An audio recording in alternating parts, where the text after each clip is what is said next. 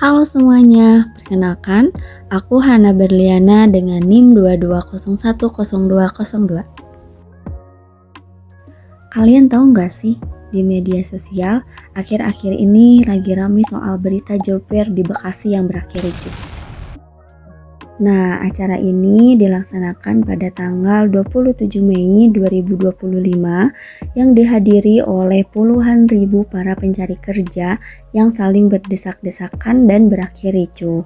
Nah, kondisi ini menunjukkan bahwa angka pengangguran di Indonesia masih relatif tinggi dan kurangnya lapangan pekerjaan.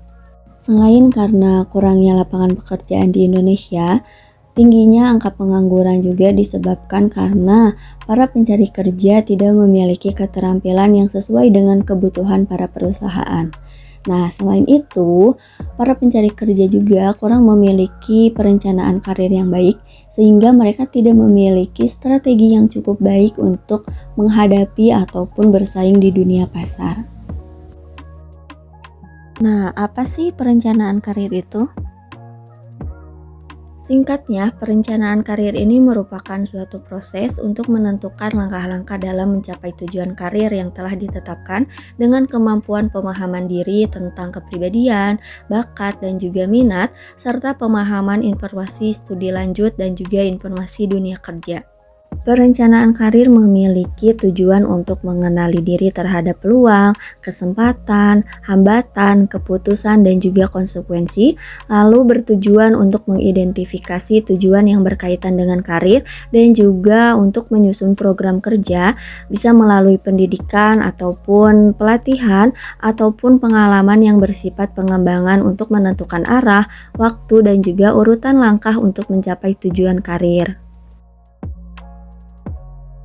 Perencanaan karir memiliki banyak manfaat dalam kehidupan, di mana perencanaan karir dapat membantu memahami diri mengenai minat, kemampuan, keterampilan, kepribadian, sikap, nilai, dan juga cita-cita yang dimiliki. Selain itu juga, manfaat perencanaan karir yaitu dapat mengetahui mengenai perkembangan dunia kerja, kondisi dunia kerja, dan juga membuat perencanaan karir yang sesuai dengan bakat dan potensi yang dimiliki. Dalam melakukan perencanaan karir dipengaruhi oleh beberapa faktor, yaitu faktor eksternal dan juga faktor internal. Nah, faktor internal meliputi nilai kehidupan, tingkat kecerdasan, bakat khusus, minat, sifat, pengetahuan, dan juga kondisi fisik. Sedangkan faktor eksternal meliputi masyarakat, kondisi sosial ekonomi keluarga, pengaruh keluarga, pendidikan sekolah, pengaruh teman sebaya, dan juga tuntutan pekerjaan.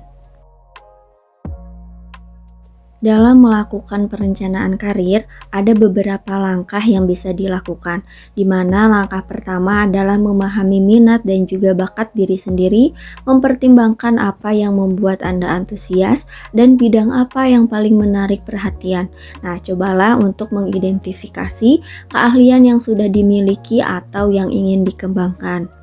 Selanjutnya, langkah yang kedua yaitu ada menentukan tujuan karir jangka panjang dan juga jangka pendek. Nah, setelah tadi mengenali minat dan juga bakat, maka kita perlu menentukan tujuan karir jangka pendek dan juga jangka panjang, di mana tujuan jangka pendek bisa berupa pencapaian yang ingin diraih dalam beberapa tahun pertama setelah lulus, dan kemudian tujuan jangka panjang lebih bersifat visi masa depan, seperti menjadi seorang ahli di bidang tertentu atau memiliki perusahaan sendiri.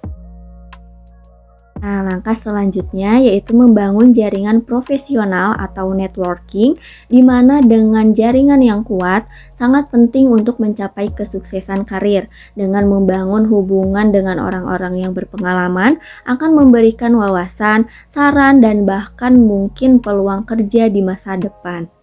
Langkah selanjutnya yaitu meningkatkan keterampilan dan kompetensi.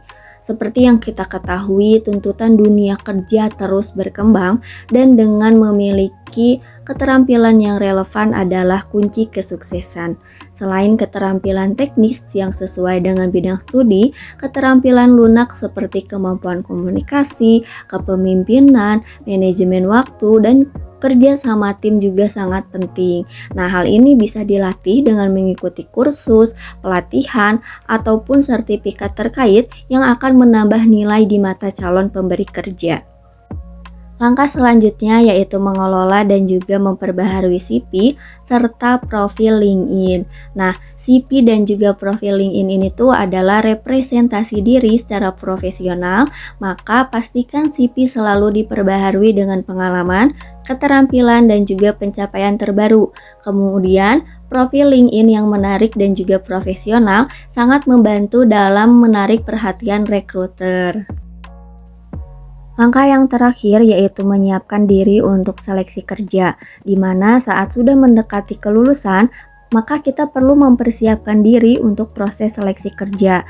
Hal yang bisa kita lakukan yaitu mempersiapkan jawaban untuk pertanyaan wawancara umum, lalu melakukan latihan membuat surat lamaran yang baik, dan belajar bagaimana menjawab pertanyaan teknis yang mungkin akan ditanyakan. Nah, demikian penjelasan singkat mengenai perencanaan karir. Sekian, terima kasih banyak.